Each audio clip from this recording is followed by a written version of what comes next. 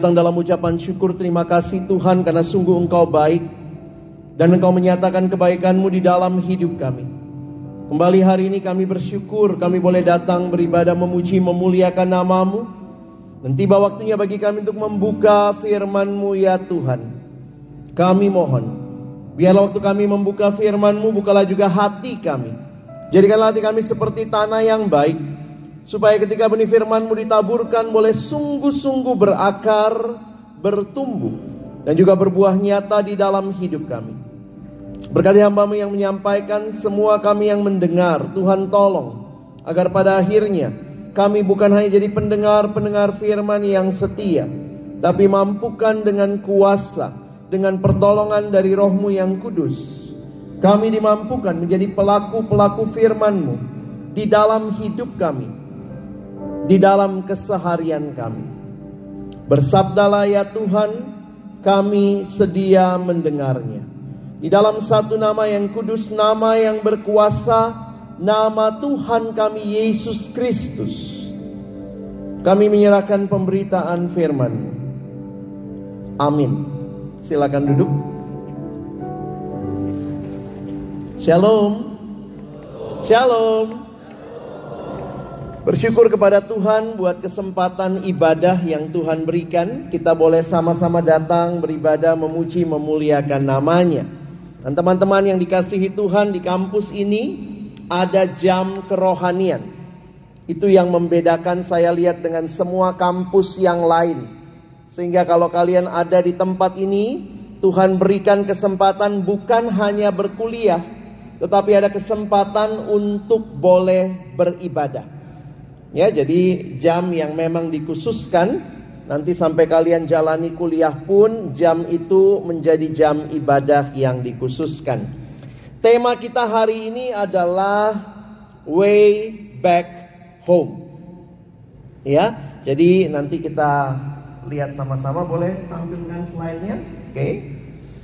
Nah, Way Back Home, banyak yang mengatakan rumah itu tempat yang indah ya, tapi saya yakin tidak semua juga setuju ya.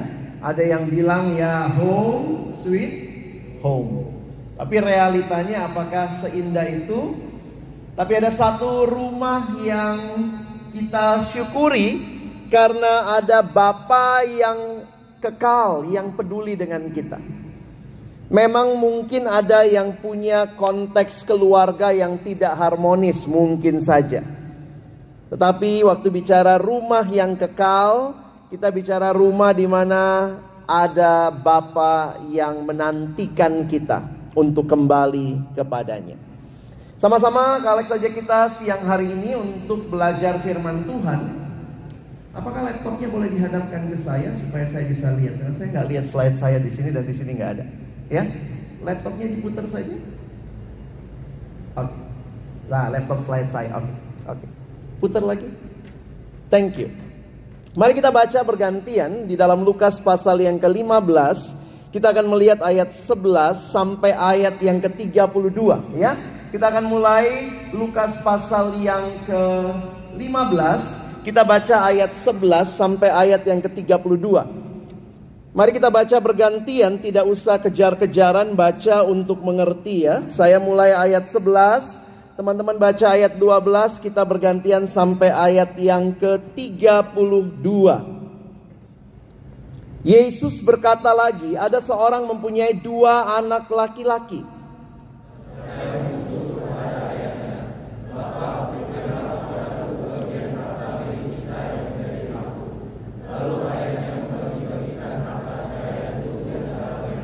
Beberapa hari kemudian anak bungsu itu menjual seluruh bagiannya itu, lalu pergi ke negeri yang jauh. Di sana ia memboroskan harta miliknya itu dengan hidup berfoya-foya.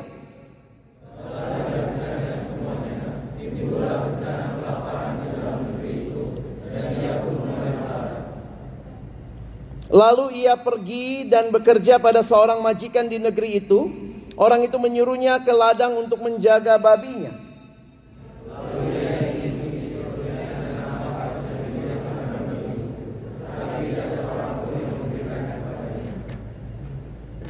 Lalu ia menyadari keadaannya, katanya, Betapa banyaknya orang upahan Bapakku yang berlimpah-limpah makanannya, tetapi aku di sini mati kelaparan.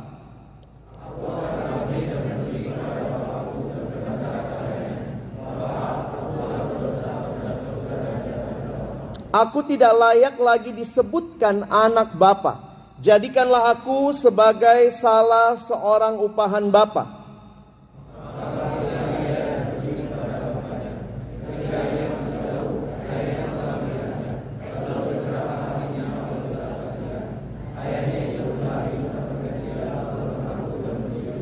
Kata anak itu kepadanya, Bapa, aku telah berdosa terhadap sorga dan terhadap Bapa. Aku tidak layak lagi disebutkan anak Bapa.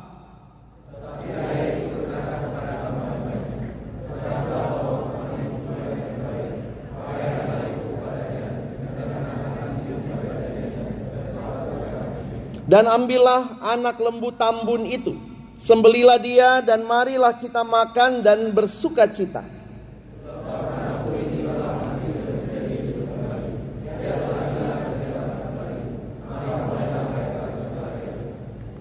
Tetapi anaknya yang sulung berada di ladang, dan ketika ia pulang dan dekat ke rumah, ia mendengar bunyi seruling dan nyanyian tari-tarian.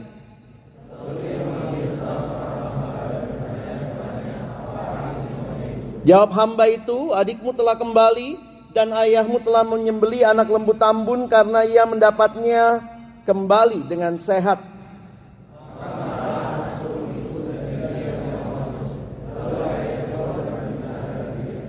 Tetapi ia menjawab ayahnya, katanya, telah bertahun-tahun aku melayani Bapa dan belum pernah aku melanggar perintah Bapa. Tetapi kepadaku belum pernah Bapa memberikan seekor anak kambing untuk bersukacita dengan sahabat-sahabatku.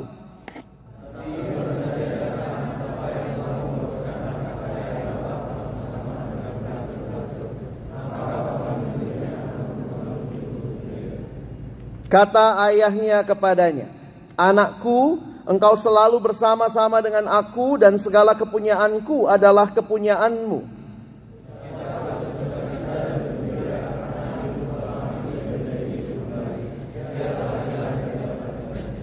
Thank you. Ya, teman-teman yang dikasihi Tuhan, bagian yang kita baca ini merupakan, saya lebih baik benar yang tadi ya, di slide yang dibalik ke saya. Ya, thank you. Baik. Jadi cerita ini bukan cerita baru bagi kita. Ini cerita yang sering kali kita dengar tentang anak yang hilang. Dan ini menjadi cerita yang menarik untuk sama-sama kita pikirkan. Lihat konteksnya ya, lihat Lukas 15 ayat 1 sampai ayat yang ketiga. Mari kita baca sebentar ayat ini. Laki-laki baca ayat 1, perempuan baca ayat 2, kita bersama baca ayat 3 ya. Ini konteks dari perumpamaan ini. Laki-laki mulai, 1, 2 ya. Para pemungut cukai dan orang-orang berdosa biasanya datang kepada Yesus untuk mendengarkan dia. Perempuan?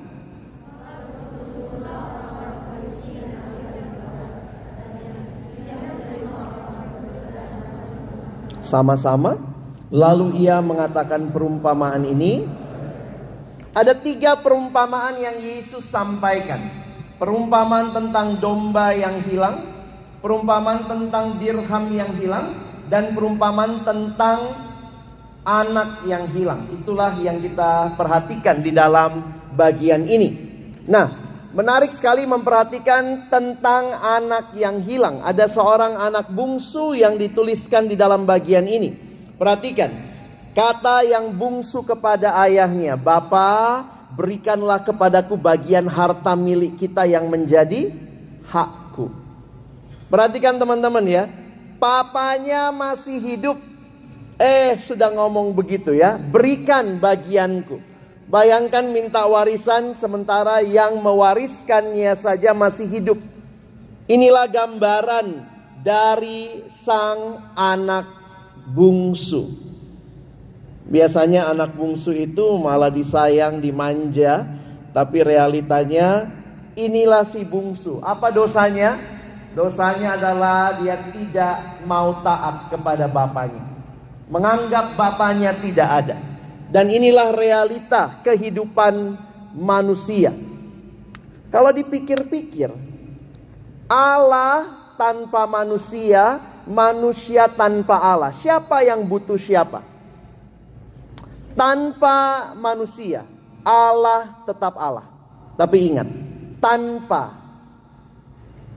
Allah, manusia, kita bukan siapa-siapa. We are nothing.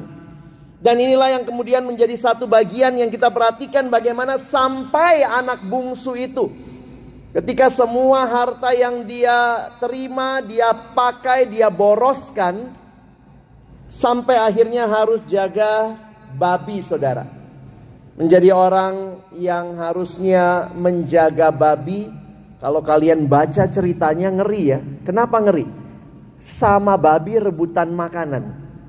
Kita biasanya makan babi, ini sama babi rebutan makanan. Betapa mengerikannya hidup yang jauh dari Allah. Kan itu perhatikan baik-baik. Waktu kita bicara tentang dosa, dosa bukan sekadar melanggar perintah Allah. Saya senang dengan definisi dosa berikut. Sin is what you do when your heart is not satisfied with God. Dosa adalah apa yang engkau lakukan ketika hatimu tidak puas dengan Allah. Hati-hati. Ketika kita ada di rumah, kita rasa aduh gini-gini aja hidup jadi anak Tuhan. Mulai mengembara. Mungkin beberapa dari teman-teman di sini pertama kali keluar dari kotamu, pertama kali jauh dari orang tuamu. Beberapa mungkin berpikir, yes, ini hidup saya yang bebas. Tapi sebenarnya jangan lupa, waktu engkau dan saya jauh dari kehendak Tuhan, itu adalah kebinasaan. Di dalam dosa, manusia selalu berpikir aku fokusnya. Aku. How do you spell sin? How do you spell sin? S-I-N. What is sin? Sin is the I in the center. Aku yang paling utama. Maka di dalam dosa manusia mengatakan yang paling penting aku puas, aku senang, aku untung, aku aman. Akulah segala-galanya. Bukan Allah. Bukan lagi sesama. I am everything. Teman-teman, coba sekarang Koko coba kasih ilustrasi buat kita ya. Kayak apa sih hidup yang merasa diri kitalah segala-galanya? Betapa mengerikannya orang yang hidupnya lupa diri, lupa Tuhan. Siapa yang ngekos di sini? Ada yang kos? Kelihatan muka-mukanya ya. Oke. Teman-teman, saya kasih ilustrasi. Coba bayangkan ya. Coba bayangkan. Tapi do not try this at cost ya. Hanya dibayangkan saja. Kalau orang ngekos biasanya kos berapa kamar? Satu ya. Ada yang kos sampai 3 kamar gitu. Satu kamar sepatu, satu kamar baju gitu. Itu mendingan ngontrak ya. Bayangkan orang kos. Nah ini lagi kos begitu ya. Maka malam-malam coba bayangkan malam hari kamu keluar dari kamarmu. Biar agak seru tunggu jam 12 malam. Terus waktu kamu keluar kamu bilang begini. Hai semua penghuni kos. Ya.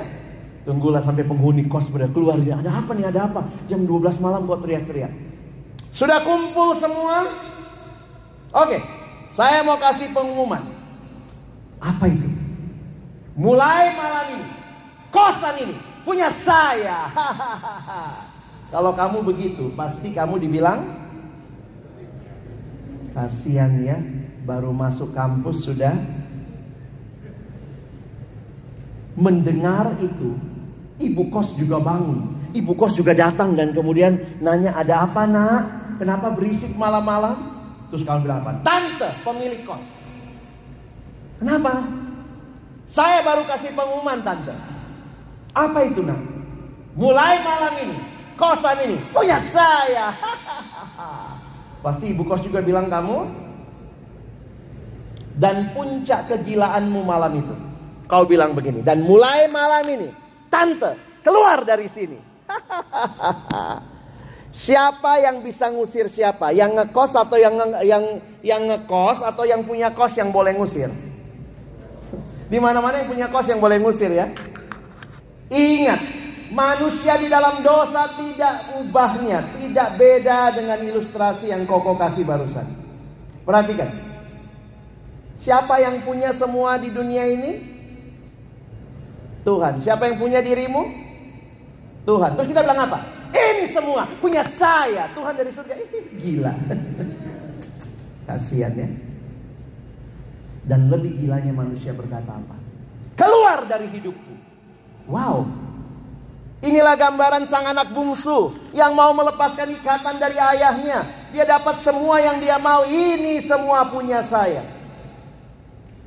Tapi ingat, ketika engkau dan saya keluar dari kehendak Allah, kita melakukan dosa, maka kita dibelenggu oleh dosa. Kitab Roma menggambarkan dosa dipersonifikasi seperti seorang tuan yang sedang memperbudak. Inilah gambaran ketika manusia diperbudak di dalam dosa.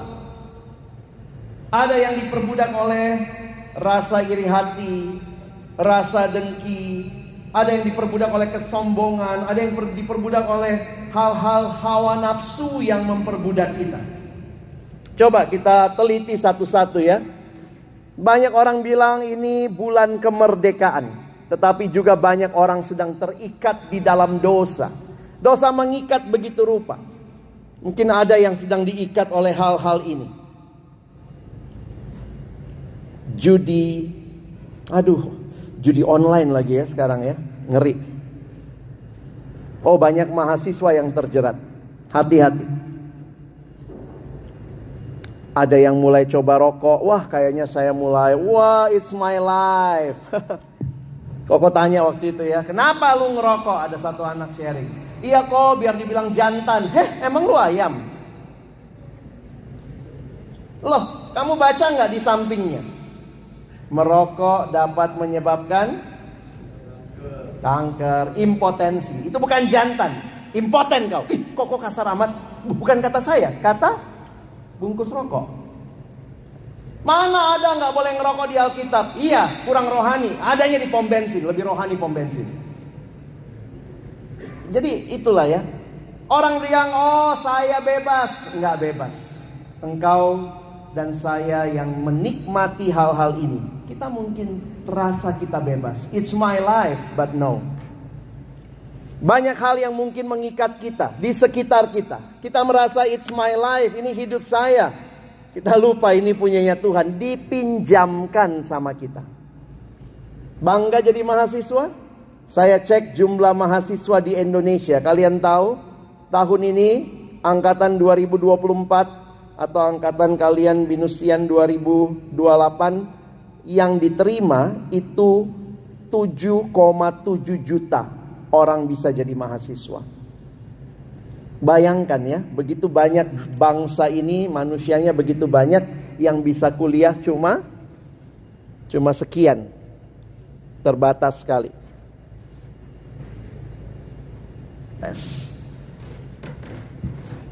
Lalu kita pikir ini hidup kita, kita lupa ini Tuhan pinjamkan buat kita.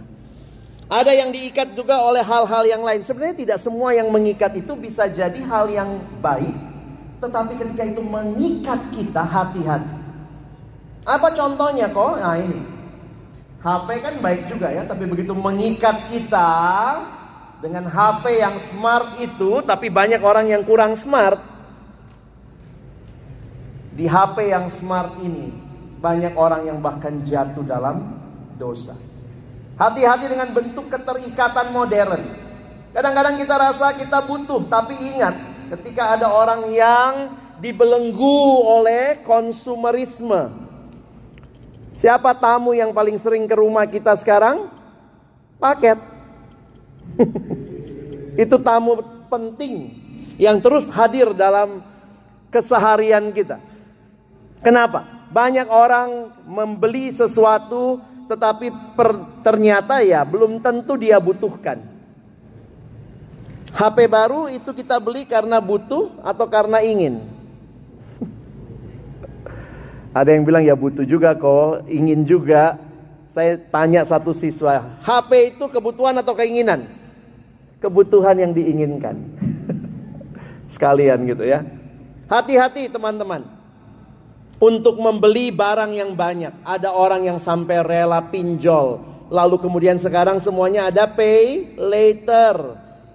Kalau belum sanggup beli, tahan diri. Tidak usah menikmati apa yang belum jadi kesempatan dan hakmu. Hati-hati, banyak hal yang mengikat kita, hal-hal yang dekat dengan kita, baik kalau dipakai dengan baik. Masa sih belanja salah? Tentu kita butuh belanja, tapi kalau gila belanja, udah diperbudak. Ada nggak yang diperbudak dengan ini? Drakor, gitu ya. Apa yang mungkin sedang kamu nikmati, gitu ya? Nah, susah ya. Boleh nggak nonton drakor? Boleh dong. Yang nggak boleh apa? Kalau itu sampai mengikat kita. Poinnya gimana? Orang suka nanya sama saya. Jadi Koko gimana tuh? Apa yang kalau mengikat itu maksudnya bagaimana? Sederhana gini. Kamu mahasiswa, tugas utama belajar. Maka drama Korea sambilan. Jangan dibalik. Nonton drakor, besok pagi tidur di kelas gitu ya. Hati-hati keterikatan-keterikatan yang dekat dengan kita. Mungkin kau bilang, wah saya gak suka drakor, tapi mungkin ini idolamu. Mungkin ini juga idolamu. Saya entah siapa lah mereka ini ya. Wah. Ada yang bilang, aduh saya mah gak drakor-drakor. Mungkin ini kamu. Mungkin yang mengikat kamu hal-hal seperti ini.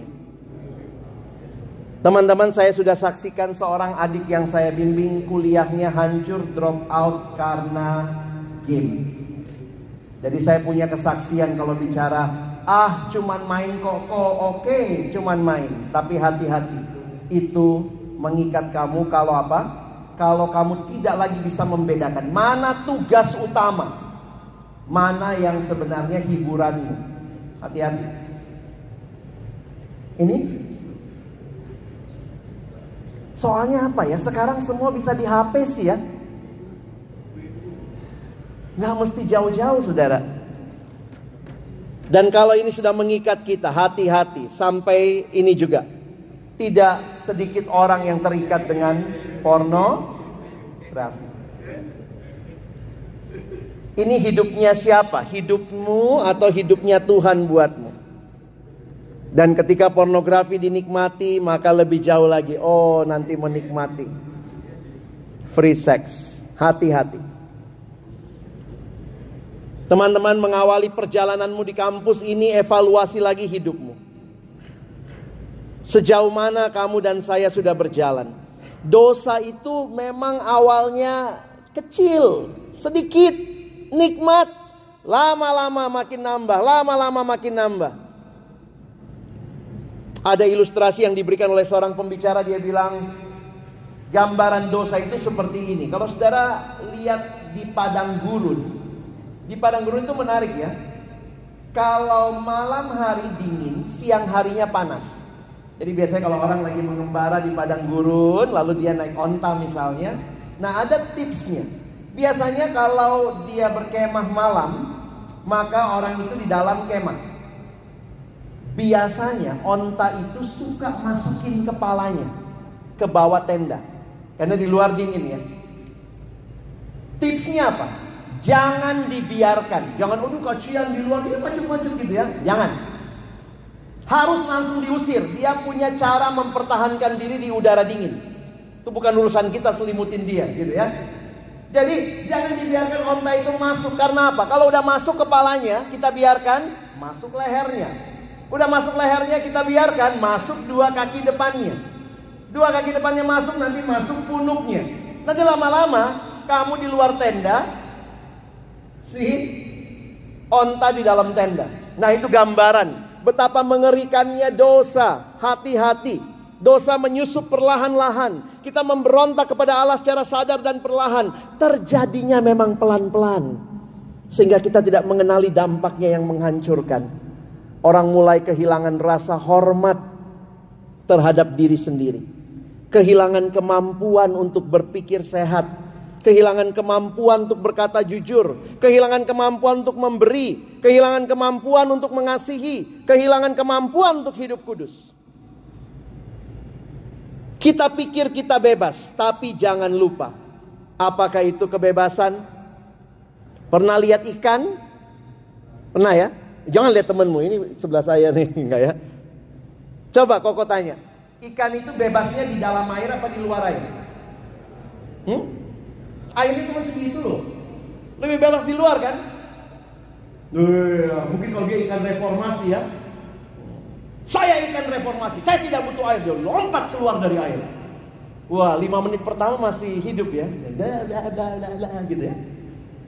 Tapi and then dia MPP saudara. Mati pelan-pelan. Banyak orang berpikir, oh ini hidup saya, di luar kehendak Allah, apa yang saya mau. Waktu engkau keluar dari air, sama seperti ikan, dia menyangkali keberadaan dirinya. Ikan paling butuh air, manusia paling butuh Allah. Tidak ada cara lain. Karena itulah Alkitab mengatakan upah dosa adalah maut. Nah, puji Tuhan hari ini kita lihat kisah yang indah. Koko akan tutup dengan bagian ini. Perhatikan respon sang bapa. Apa respon sang bapa yang menarik? Ketika anak ini menyadari dosanya, dia pikir, ya Tuhan, ini saya mau balik aja ke rumah. Di rumahku banyak orang upahan bapakku. Di sini saya cuma jadi seorang pekerja. Biar aja saya jadi pekerja di rumah papa saya. Maka dia pulang. Perhatikan apa yang terjadi. Maka bangkitlah ia, pergi kepada bapaknya. Nah ini bagi saya menarik ya.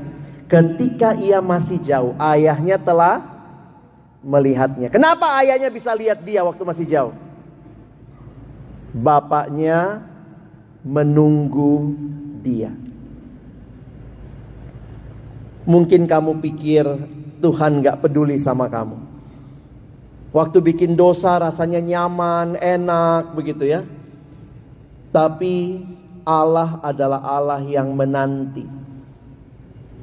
Bagi orang Yahudi tidak ada sebenarnya konsep ini ya. Coba bayangkan, ayahnya berlari. Siapa yang harusnya lari? Anak yang pulang. Tapi mungkin dia sudah begitu malu, dia tertunduk, maka ayahnya lari. Seorang penafsir Alkitab mengatakan, bayangkan seorang ayah Yahudi yang begitu dihormati berlari, berarti dia mengangkat jubahnya. Terlihatlah kakinya dan berlari mendapatkan anaknya. Ini anugerah yang luar biasa. Apa yang dia lakukan? Lalu dia merangkul anaknya, dia mencium dia. Si anak bau babi. Tapi dirangkul dan dicium ayahnya. Perhatikan apa yang ayahnya lakukan. Diajaklah orang-orang hamba-hambanya. Lekaslah bawa kemari jubah yang terbaik. Kira-kira jubah terbaik di rumah itu jubahnya siapa? Kalau ada jubah terbaik di rumah itu, jubahnya siapa? Jubah papanya sendiri. Apa yang dikatakan lagi? Pakaikanlah itu kepadanya. Kenakanlah cincin pada jarinya. Waktu itu cincin adalah lambang otoritas. Mungkin mirip kayak sekarang apa? Kartu kredit ya, cincin.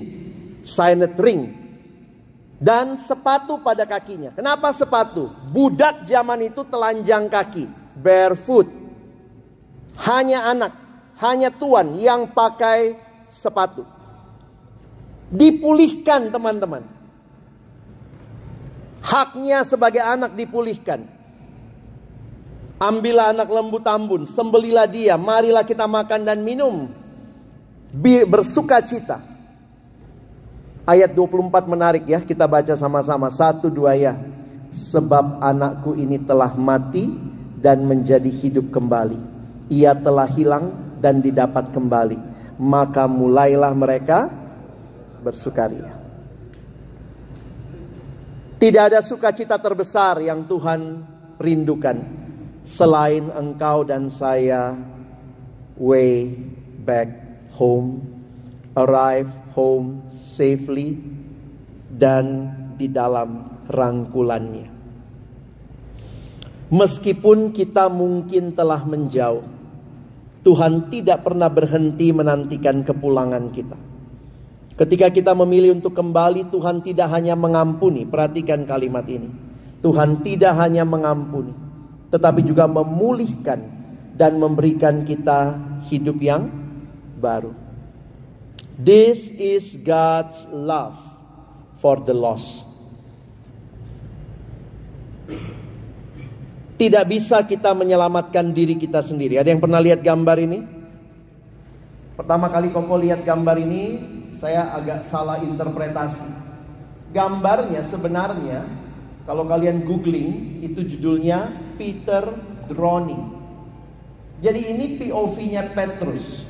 Waktu Petrus tenggelam, Petrusnya nggak ada di gambar ya. Dia tenggelam, lalu kemudian dia lihat ke atas air, di luar air, di atas air ada Yesus mengulurkan tangan. Waktu saya perhatikan ini, jangan bilang, oh Yesus tenggelam, ya salah. Ini POV-nya Peter Drowning.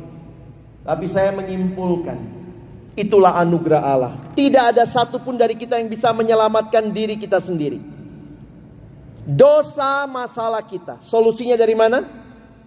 Jesus Christ, the God solution for our sins. Searching for the answer to life? Jesus. You have found him. Anak binus, anak IT, cari di mana ini? Keyboard S-nya 2 begitu. Ya, demi kepentingan ilustrasi. Dan bagaimana Yesus memulihkan kita. Ini siluet hidup Yesus ya teman-teman ya. Tapi waktu Koko perhatikan ini, saya mau tanya, di mana Yesus bilang sudah selesai? Di mana? Dia nggak bilang sudah selesai di palungan. Ya bayangkan kalau di palungan ada anak kecil gitu ya, terus ada Majus datang, sudah selesai. Oh lari kali itu Majus ya. Yesus tidak mengatakan sudah selesai. Habis dia beri makan 5.000 orang, terus dia bilang sudah selesai. No, dia tidak datang hanya untuk kasih engkau makan. Kalau itu kita nggak selamat, gendut dia. Dia tidak bilang sudah selesai, habis dia jalan di atas air, udah selesai. Dia tidak datang buat akrobat. Yesus bilang sudah selesai di kayu salib, karena disitulah dosamu dan dosaku diselesaikan. Lihatlah salib itu. Apa yang engkau lihat? Di situ betapa seriusnya dosa kita, tetapi juga betapa luar biasanya kasih Allah. Sama seperti Bapa yang menanti, maka kita bersyukur. Dosa ada jalan keluarnya, supaya engkau dan saya tidak binasa. Yesus memberikan hidupnya. Seberapa serius engkau dengan kekristenanmu? Main-main? Oh, papaku Kristen, mamaku Kristen, gue dulu sekolah Kristen kok, ya udah Kristen aja lah. Paling gampang lah. Ujian gue bisa. Jangan jadi Kristen burung gereja, saudara ya. Apa itu Kristen burung gereja? Apa kurang rohani ya burung gereja ya? Namanya pun di belakangnya ada gereja. Lahir di gereja, makan di gereja, mandi di gereja. Terus ada namanya pakai marganya burung gereja. Tapi apa masalahnya? Dia tidak punya relasi dengan pemilik gereja. Jangan jadi orang Kristen jemaah senang ikut aktivitas ibadah dan semuanya kamu ikuti. Tapi pertanyaannya, apakah engkau punya relasi dengan Sang Bapa yang mengutus anaknya Yesus Kristus supaya engkau dan saya boleh kembali kepada Dia? Maka apa respon kita? Teman-temanku, waktu Yesus menceritakan perumpamaan ini, Dia menggambarkan betapa besarnya kasih Allah bagi kita. Pertanyaannya, di mana kira-kira kamu dalam cerita ini? Jauh dari Allah? Atau mungkin kau katakan, aku berada pada titik terendah dalam hidup ini. Aku mau kembali kepada Allah. Apakah engkau berkata, aku sedang dalam perjuangan kau untuk balik kepada Allah? Atau ada yang bilang, oh aku sedang dalam relasi baik-baik saja. Jawablah secara pribadi. Kamu tidak menjawab untuk temanmu, jawablah untuk dirimu. Sehingga dari titik inilah, mari kita kembali way back home. Kalau engkau belum pernah sungguh-sungguh terima Yesus, siang hari ini buka hatimu, terima Yesus di dalam hatimu. Apa sih terima Yesus? Saya dari kecil Kristen kok. Terima Yesus ada dua hal sebenarnya. Pertama, orang yang terima Yesus itu percaya sungguh-sungguh Yesus satu-satunya juru selamat secara pribadi. Bukan juru selamat papamu saja, bukan juru selamat mamamu saja, tapi juru selamatmu secara pribadi.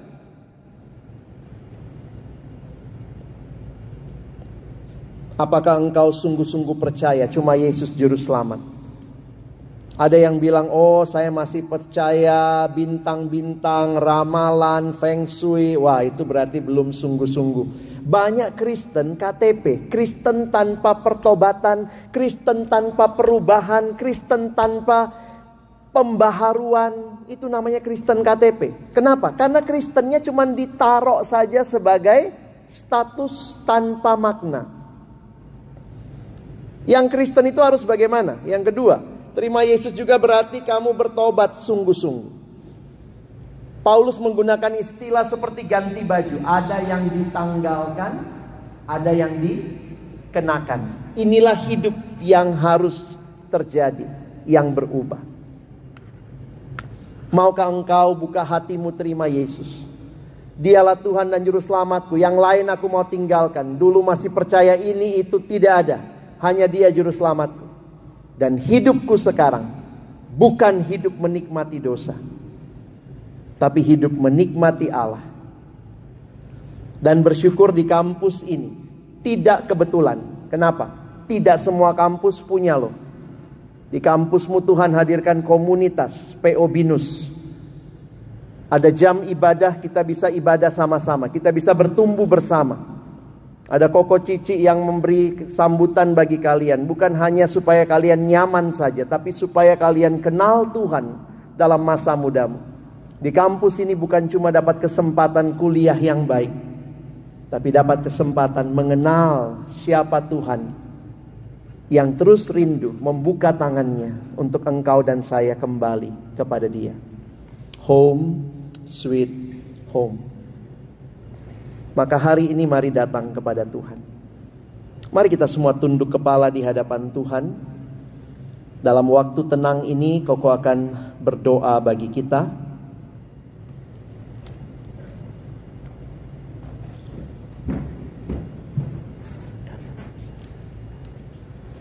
Mari waktu kita semua tunduk kepala, tidak usah lihat kiri kanan. Saya ingin memberikan beberapa pertanyaan yang engkau jawab di hadapan Tuhan. Kalau masih ada yang main-main, berhenti dulu. Tidak usah lanjutkan main-main. Tapi mari serius di hadapan Tuhan. Tidak usah lihat kiri kanan. Kita tidak bisa ambil keputusan untuk teman kita, orang lain. Tapi engkau bisa ambil keputusan untuk dirimu. Siapa yang hari ini setelah dengar firman Tuhan berkata, Tuhan di sini saya. Kau lihat hidupku selama ini. Aku tidak mau lebih jauh lagi di dalam dosa. Aku mau hidup di dalam Engkau. Jika ada adik-adikku yang siang hari ini mau buka hatimu, terima Yesus untuk pertama kali dalam hidupmu, Koko rindu mendoakan engkau. Jika itu betul-betul kerinduan hatimu, aku mau kembali kepada Tuhan. Selama ini aku hidup terikat dengan dosa. Tuhan, aku mau kembali kepadamu. Kalau ada adik-adikku yang pertama kali mau buka hati terima Yesus siang hari ini, Koko mau doakan keputusanmu. Angkat tanganmu sebentar, langsung diturunkan. Jika ada, angkat tanganmu sebentar, langsung diturunkan. Saya mau doakan kamu. Puji Tuhan, ada lagi. Puji Tuhan, puji Tuhan, ada lagi. Puji Tuhan, Tuhan mengasihi engkau. Puji Tuhan. Yang sudah angkat tangan boleh diturunkan. Masih ada lagi? Puji Tuhan. Kalau Tuhan gerakkan hatimu, kau tidak bisa ambil keputusan untuk temanmu, kau bisa ambil keputusan untuk dirimu. Kalau engkau berkata, Tuhan di sini saya, Saya mau tinggalkan dosa, saya mau hidup bagimu. Saya mau percaya sungguh-sungguh hanya Engkau juru selamatku. Selama ini saya hanya percaya karena kata orang, kata keluarga. Tapi hari ini saya mengerti Engkau mengasihiku, Engkau menyambutku pulang. Apakah ada lagi yang mau buka hati terima Yesus? Angkat tangan sebentar. Saya mau doakan kamu. Puji Tuhan, tangan diturunkan. Ada lagi, puji Tuhan. Puji Tuhan, Tuhan melihat setiap hati yang terbuka. Puji Tuhan, ada lagi. Puji Tuhan, tangan diturunkan. Yang kedua, yang terakhir. Mungkin engkau sudah pernah terima Yesus. Kau sudah pernah ikut kebaktian seperti ini, mungkin di gereja, di sekolah. Tapi seiring berjalannya waktu, engkau jatuh lagi dalam hidup yang lama. Engkau yang sudah pernah terima Yesus namun jatuh lagi dalam hidup yang lama. Tapi hari ini kau dengar firman Tuhan, Tuhan mau memulihkan engkau. Jika ada adik-adikku yang rindu dipulihkan, dibaharui sekali lagi. Karena engkau sudah pernah terima Yesus, Yesus tinggal di hatimu. Tapi engkau mendukakan dia, jatuh lagi dalam dosa yang lama, menikmati lagi hidup yang lama. Hari ini Tuhan memberi kesempatan. Maukah engkau dibaharui sekali lagi? Jika ada adik-adik yang mau ambil keputusan yang kedua ini, untuk dibaharui sekali lagi. Ketika engkau menjalani perkuliahan di kampus ini, mengawalinya dengan hidup yang dibaharui. Angkat tanganmu, Koko mau doakan engkau juga. Puji Tuhan, puji Tuhan, puji Tuhan. Ada lebih banyak, puji Tuhan. Mungkin kamu yang sudah pelayanan di gereja, tapi kau tahu hatimu ada hal-hal yang kau masih nikmati, orang lain tidak tahu, tapi Tuhan tahu. Datang pada Tuhan, puji Tuhan, puji Tuhan. Yang sudah angkat tangan diturunkan. Ada lagi, puji Tuhan, puji Tuhan, puji Tuhan. Mari taruh tangan kanan kita di dada kita, berdoa bersama-sama. Bapa di dalam surga, terima kasih untuk karya yang besar yang kau berikan dalam hidup kami. Terima kasih untuk pengorbananmu yang selamatkan kami. Engkau lihat kami yang buka hati terima Yesus, teguhkan keputusan kami. Kau lihat juga setiap kami yang hari ini berkata, Tuhan di sini saya, baharui saya sekali lagi. Mungkin saya sudah melayani, saya sudah aktif, saya terlihat baik. Tetapi Tuhan yang paling tahu hidup saya munafik. Tapi hari ini Tuhan kasih kesempatan saya dibaharui. Terima kasih Tuhan untuk kasih-Mu, untuk pengorbananmu bagi hidupku. Tuhan teguhkan adik-adikku untuk hidup hanya bagimu. Mari naikkan refrein lagu ini, karya terbesar dalam hidupku. Dengan lembut kita katakan, karya terbesar dalam hidupku, pengorbananmu yang selamatkanku. Engkaulah harta, engkaulah harta yang tak ternilai, yang ku miliki dan ku hargai. Yesus engkau ku kagumi, Yesus engkau ku kagumi. Dengan lebih lembut kita katakan, karya terbesar, karya terbesar. Terima kasih Tuhan dalam hidupku, pengorbananmu yang selamatkanku. Engkaulah harta yang tak ternilai, yang ku miliki dan ku hargai. Yesus engkau ku kagumi, Yesus engkau ku kagumi, Yesus engkau ku kagumi. Sekali lagi katakan, Yesus engkau ku kagumi, Yesus engkau ku kagumi. Terima kasih banyak Tuhan. Kami mengagumi-Mu, karena Engkaulah satu-satunya Tuhan dan Juru Selamat bagi hidup kami.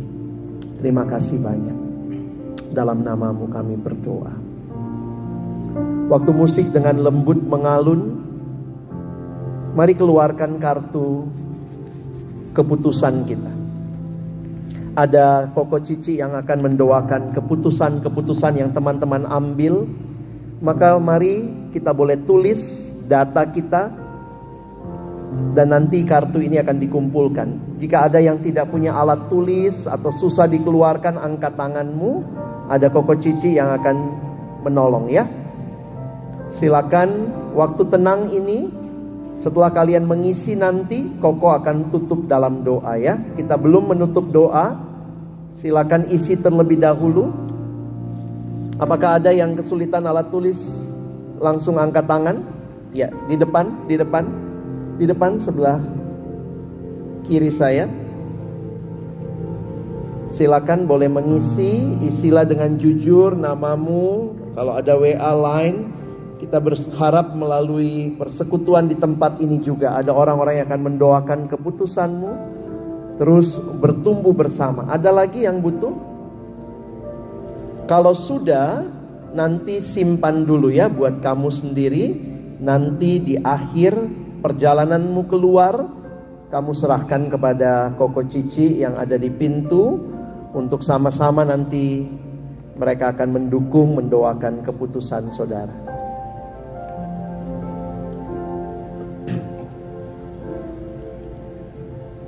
Silakan jika masih ada yang butuh pulpen, angkat tangan.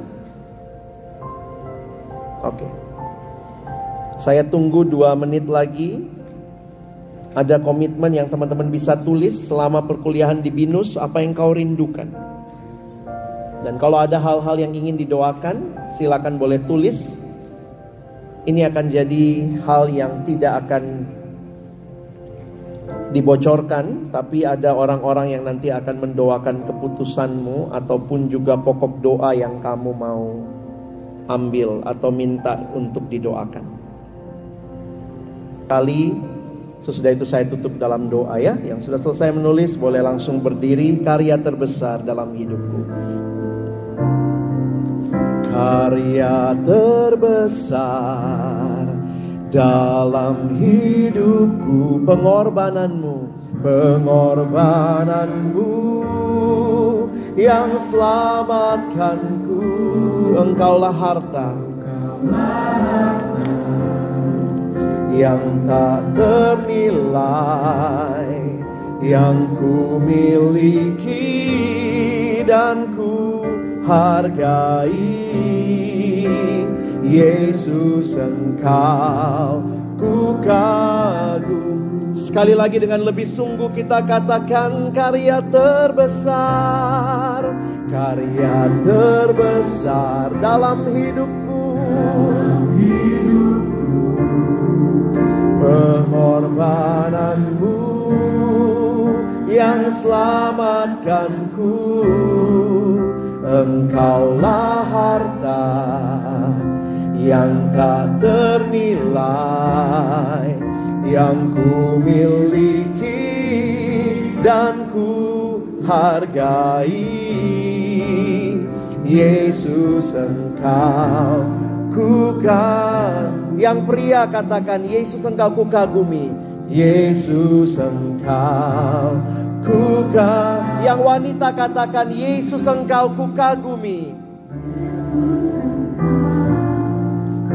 Bersama-sama kita katakan, Yesus, Engkau. Yesus, Engkau ku kagumi. Mari tunduk kepala kita berdoa. Terima kasih Tuhan buat kesempatan mendengar firman-Mu, tetapi juga boleh mendapat kesempatan meresponi firman-Mu. Terima kasih untuk setiap hal yang kami tuliskan, komitmen kami yang mungkin saat ini jauh dari Tuhan, tapi kami dengar panggilan-Mu. Kami mendengar Engkau menyambut kami kembali. Tuhan, terima kasih. Bagi kami yang merasa diri baik-baik saja, tolong kami juga terus boleh menikmati relasi yang indah dengan Tuhan. Boleh punya hidup yang benar-benar mau memuliakan Tuhan seumur hidup kami. Dan terima kasih untuk setiap komitmen yang kami tuliskan. Biarlah ini bukan hanya kami tulis, bukan hanya nanti dikumpulkan, tapi sesuatu yang kami ingat, yang kami akan berikan seluruh hidup kami, masa muda kami bagi Tuhan. Terima kasih, kami bersyukur. Dalam nama Yesus kami sudah berdoa. Amin. Silakan duduk.